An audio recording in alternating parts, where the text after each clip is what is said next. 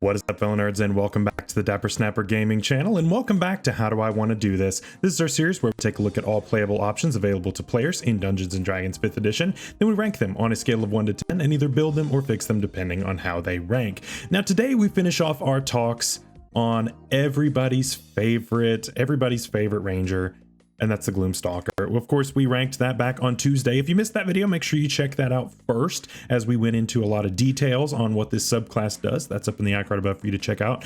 And so now that you've done that, welcome back. Thank you for watching that video. And so now we're going to build one together, and I am looking forward to doing that. Before we do though, make sure to leave a like on the video and subscribe if you haven't already. As you can see, most people who watch the channel are not subscribed, so please don't be one of those people. Come on, it's a great channel, it's a great community. We have Discord, we've got all kinds of stuff. We're doing both D&D and Pokemon stuff. There's something for everybody, right? And so make sure that you are subbed. Then make sure that you click that bell so you're notified when new videos are uploaded, and share the video with your friends. If you are feeling so inclined and would like to support the channel a little bit further, then please consider becoming a member. You can become a snapper, right? I'm Dapper. You can become a snapper. It's great. And so you get, of course, some great perks with that.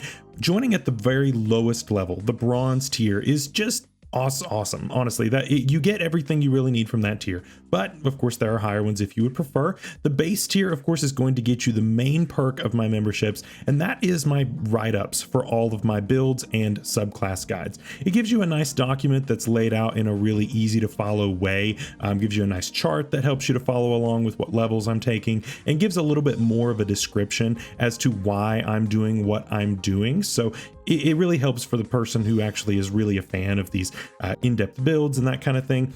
And it saves me time from having to go super in-depth on every single video, right? Then if you would like to support me even more, there is of course the silver tier, and the silver tier will grant you not only all of my videos 24 hours early, but you also get a special shout out at the beginning of my videos as well, and I really appreciate that. And finally, at the gold tier, you get everything else that we've talked about so far, and you also get access to a special part of my Discord, and you, on top of all of that, get to help me in picking certain video topics as we go forward. We've got some really cool plans coming up, and that gives you some really cool insider access to that.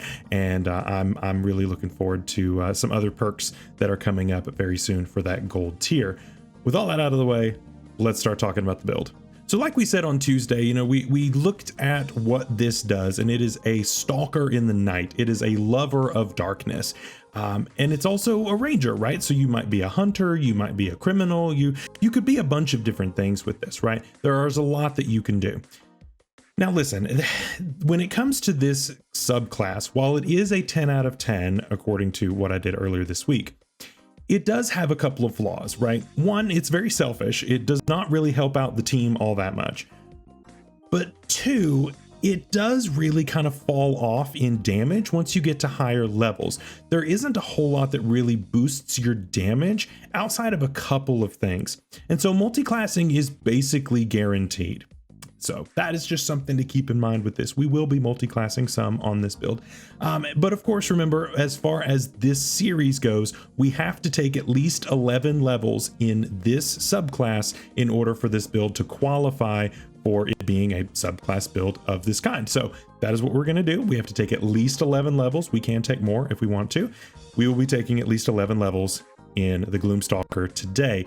But we also have some other stuff. I will say that this is very much inspired by my ultimate sniper build that I did a while back, but this is a little bit more well-rounded and has some interesting advantages that other one did not. While the other one could burst a little bit harder, this one's a little bit more consistent. So if the dice tend to hate you like they do me, this might be the version that you actually would want to take. Forgo a little bit of that really hard hitting damage, but you get a lot more sustained damage.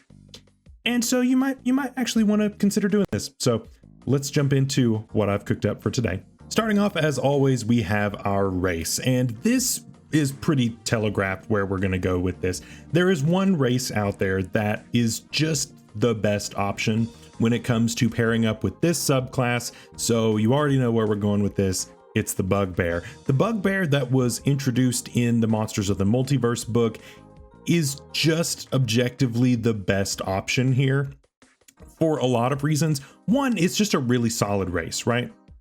It gets a lot of amazing things. And it gets a lot that actually helps it with melee combat, even though we are going to be a ranged character. So if you want to do a melee character, definitely consider the Bugbear. It's great, but you get awesome things like dark vision, Fey ancestry, which is one of the best features that you can get on the racial side, long limbed, which doesn't help us here, but it does help on a melee build, powerful build, sneaky, always a great thing, and finally surprise attack. Surprise attack is the big one here, right? It's free damage when we go first, right? As long as we've gone before other characters have gone, we get some extra damage on that first round. And of course, this is going to be more of a Nova round. And so, yeah, that's really what we're about here. So yeah, this just gives extra damage, which is always going to be a great thing. So yeah, we can't really turn that down, and we're going to be getting some other features that just push this over the edge even more. So I'm looking forward to that. Next up for our stats, of course, we're using our modified standard array like we always do. If your table uses some other different method, whether it's regular standard array, if it's point buy, if it's rolled stats, if it's whatever, your stats will probably look different than mine, and that is okay. You can comment about it if you want. I love getting all the comments. It helps with the algorithm. But basically your stats might look different than me. And if that's the case, then you may have to modify a little bit for your table. But because every table does it a little bit differently, no matter which method I pick, it's going to be a little bit different. So it's all good. You may have to modify a little bit. So for our best stat, you're going to go ahead and put dexterity. Our second highest, we're going to put our wisdom. Third highest is going to be constitution, and then the bottom three really don't matter. You can do strength and then charisma, then intelligence like I've got here, or you can swap charisma and strength. It really doesn't matter. You're not going to really be using those all that much, so whatever. So then we also get either 3+1s or a +2 and a +1. I'm going to take the +2/+1 option this time around and throw that into dexterity, my +2, so that I still end up on an odd number. And then I'm going to put my +1 into my wisdom, leaving my constitution on an odd number, which we will shore up a little bit later. Last, of course, we're going to look at our equipment here, and I'm going to take a musket. Now, I am fully aware that you may not, one, have access to a musket here. You may not be able to get proficiency off rip, even through a background or whatever. If that is the case, take a longbow for now, and then later on we will want to switch over to a musket. Now, obviously firearms aren't in every campaign either, so you need to talk to your DM about wanting to use a firearm if you want to go the musket route. Longbow is fine. If you want to go longbow, this will work just fine if you want to do that. May have to modify one little thing, but ultimately the build is going to be almost completely the same. But the damage is going to be just a smidge lower. It's not huge, but a little bit lower than having a musket. So shoot for a musket if you can. If not, longbow, totally fine. Then, of course, for armor, we'll take some studded leather armor, and that's really about it, right? We have a high dexterity, so we don't really want medium armor. So we'd rather just take the bonus from our dexterity and run with that. So that's pretty much it. We don't really need a whole lot. So let's start taking some levels. So starting off at level 1, we are going to be a ranger. Now, for those of you who watch this channel a lot, you might have thought I was going to say fighter there, but I'm not. Now, while there is fighter in this build, don't worry, there's going to be fighter here. I'm not starting fighter, regardless of the, constitution saving throw proficiency, regardless of anything else. I don't think I need it. I really don't. I think starting ranger here is actually a lot more advantageous in the long run, because it means that I can go ahead and get those crucial features under my belt, right? When I did the ultimate sniper build way back then, I took like 11 levels in fighter. This time around, I'm not doing that. And so having that basis in fighter just is not nearly as important. So I'd rather start with ranger, go with this for a while, and then we'll see what happens after that, right? So we're going to start with ranger. So there you go. For all of you who get upset in the comments about me starting with fighter on other builds, this one's for you. So starting off, of course, at level 1, we get 2 features. We get Deft Explorer, which gives us canny, which is great. And we also get Favored Foe, which we're never going to use because that feature sucks. Yeah, it's really bad. As far as canny goes, probably stealth, because we got that from sneaky, but you can really do whatever you want. Nothing's really like burned into necessarily this build, but stealth makes the most sense here because we are going to be basically trying to get surprise as much as we can. And so the longer range of a weapon that we have is going to really help us out. And we're going to do more to shore that up as we go. Again, we probably have a longbow right now, or if your DM is nice and gives you a musket off rip, great, then you've got that. Either way, you've got a pretty decent range at this point, but we're going to make that even better as we go. Next up at Ranger 2, we get 2 different features here. We get a fighting style, which of course we're going with archery. Duh. That's one of the best fighting styles in the game for ranged characters. It's just a free +2 to hit. I'm never going to turn that down. That's always going to be good. It just makes your attacks that much more reliable, which we are going to want. And that's kind of the theme of this build, is making your attacks more reliable rather than necessarily more explosive. This is a build for people like me, right? The dice absolutely hate me. Whenever I'm playing sessions, like I'm working with a druid right now, I'm on a druid, and I roll at least 2 nat 1s per session, and I may roll above like a 12, maybe 2 or 3 times. I mean, it's non-existent, right? I roll terribly. And so this build is more so for me. So making things a little more reliable. That's what it's for.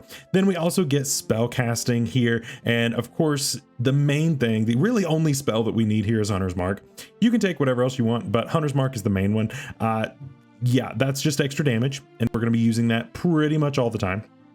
I wish that it was one that required an attack roll so that we could do like spell sniper stuff with this, but we can't. So very unfortunate. But again, if you want like absorb elements, cure wounds, ensnaring strike is interesting just because it's a little bit of extra damage at the beginning of the turn and restrain and all that. But I don't know. It's not the best here. Maybe it can help like setting up your melee based ally to deal some extra damage, but I wouldn't rely on it.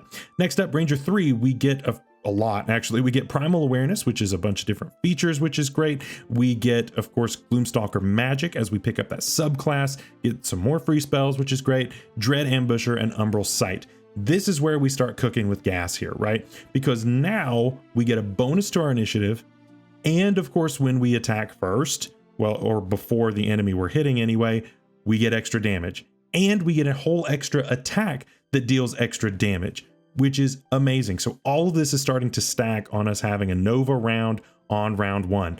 And that's really what we're going to be shooting for, is round 1, we just go nuts and soften up something really well. That really helps. Or just take out like a mid-level, you know, if there's like a lieutenant or some kind of like second in command, you could probably just remove that from the table, right?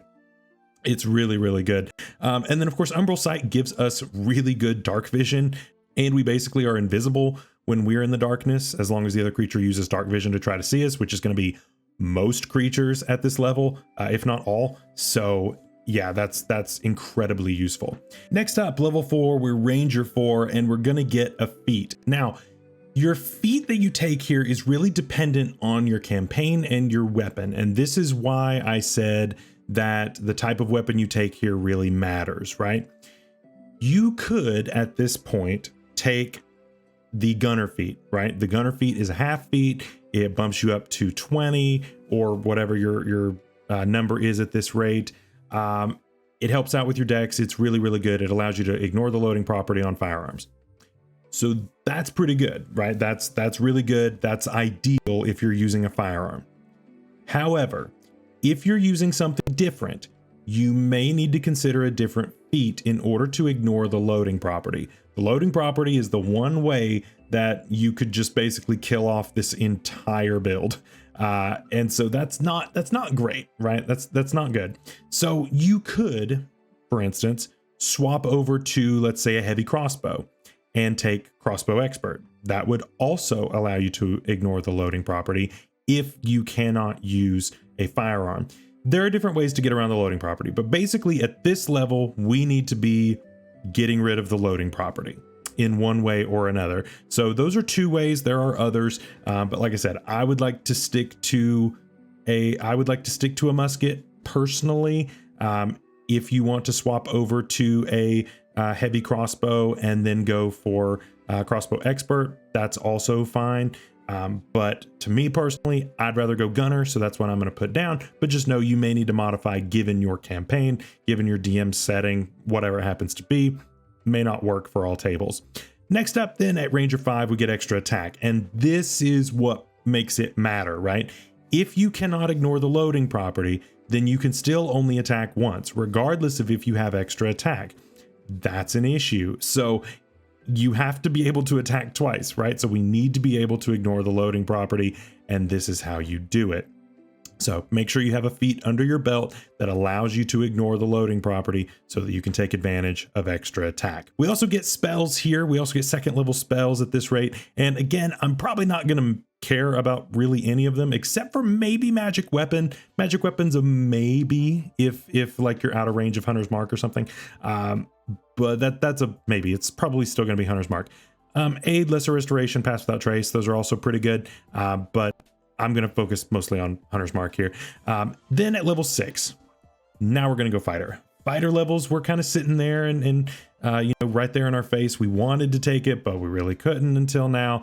We're going to do it. I wanted to make sure I had extra attack under my belt before I thought about doing anything else. And here we are. At level 1 for fighter, we get another fighting style, and I'm going to give 2 suggestions here. Number 1, you could have blind fighting. Blind fighting allows you to get blind sight out to 10 feet, which could really help if you're put into like magical darkness. Allows you to see that, or you know, fog cloud if you wanted to do something like that. There are ways to make this work.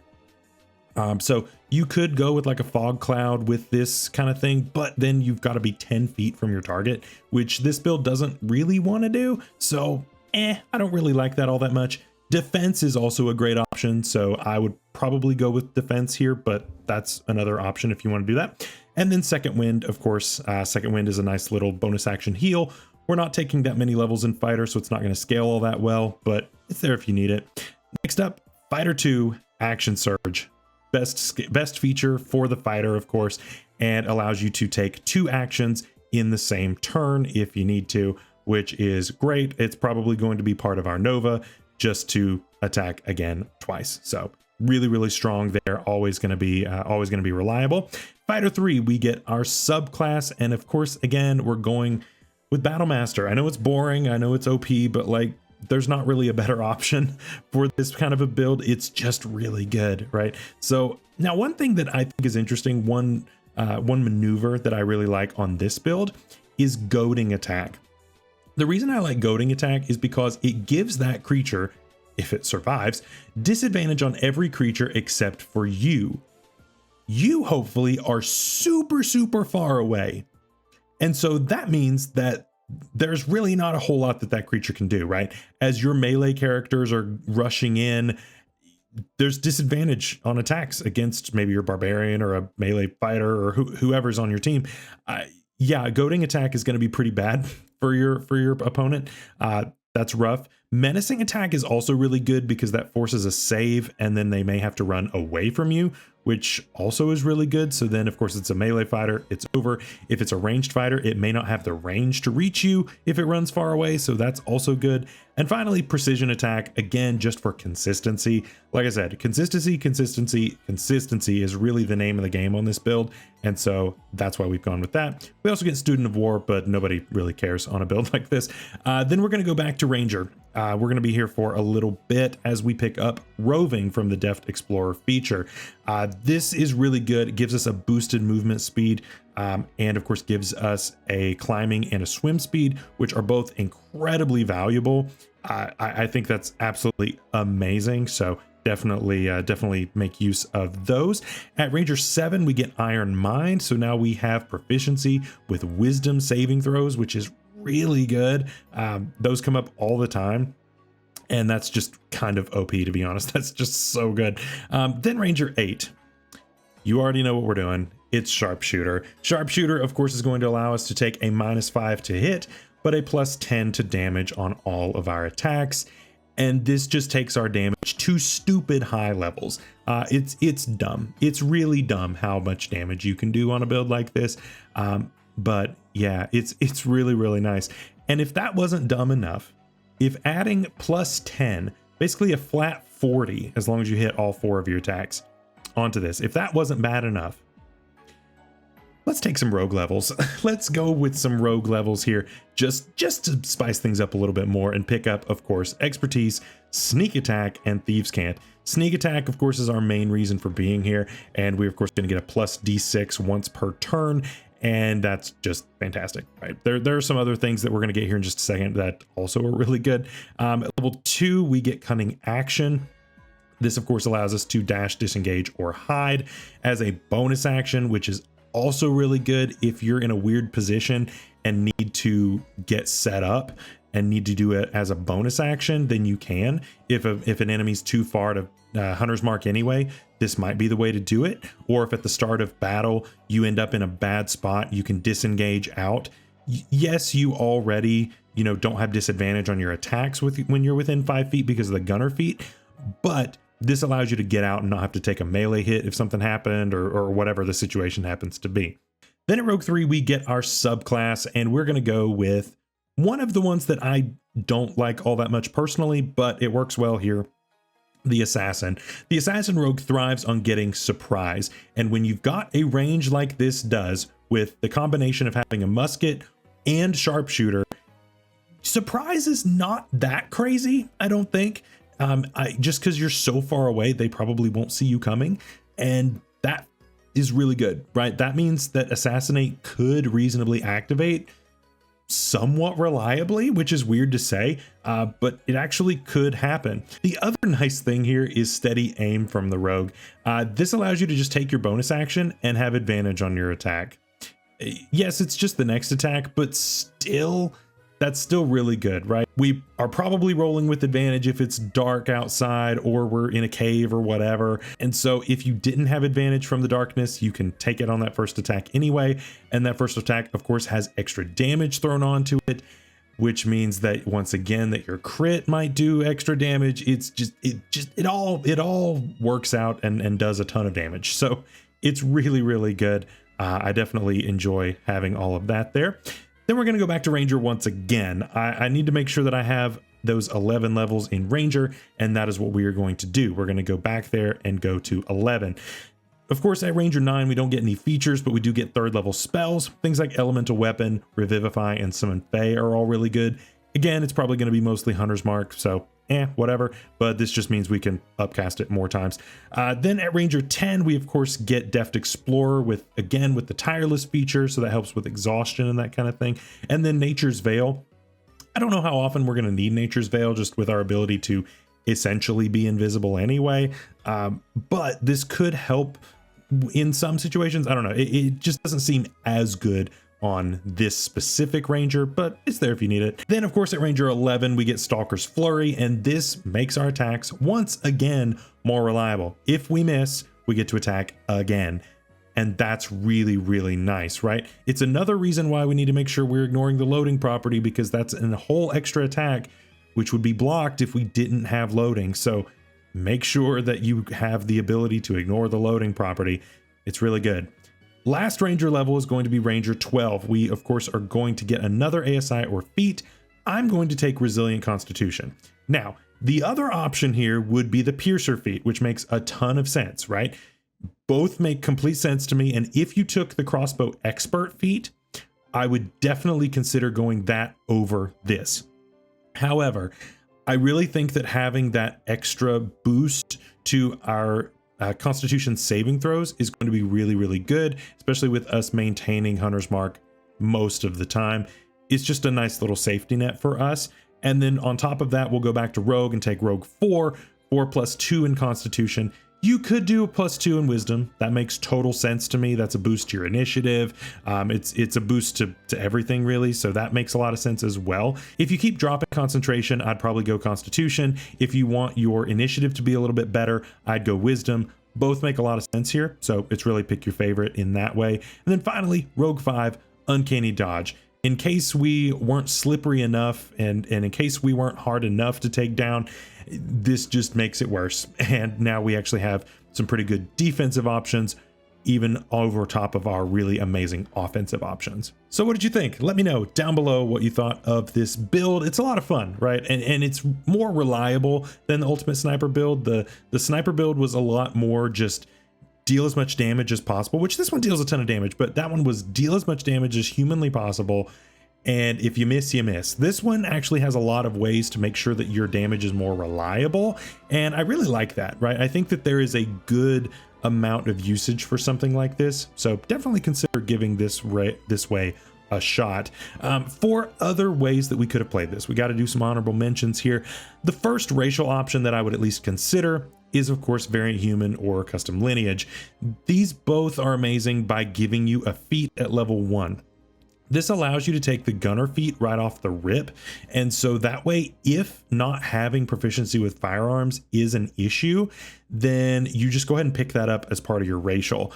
Plus it gives you that +1. It's just really nice. And so you end up getting an extra ASI out of it, which also works out really well. Next up, the GIF or GIF, the hippo people, they're really good for anything having to do with firearms. So that's another way to get proficiency. And of course, elves. Elves love rangers and elves love advantage, and you have a lot of both. So yeah, that works out really well for you on there. As far as feats go, there are a couple of options that I would consider. Number one is Eldritch Adept, and then picking up the Devil's Sight invocation.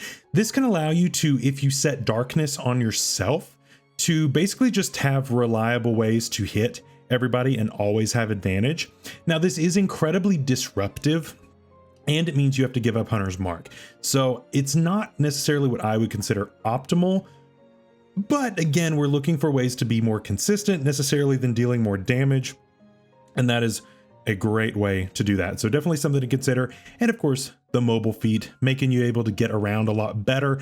There's just a lot of advantages that come with the mobile feat. And so that's definitely one I would consider here as well. And finally, for other subclass options for multiclassing, I would look actually into the Warlock. The Warlock looks pretty good here actually. And of course you could just pick up the invocation through that.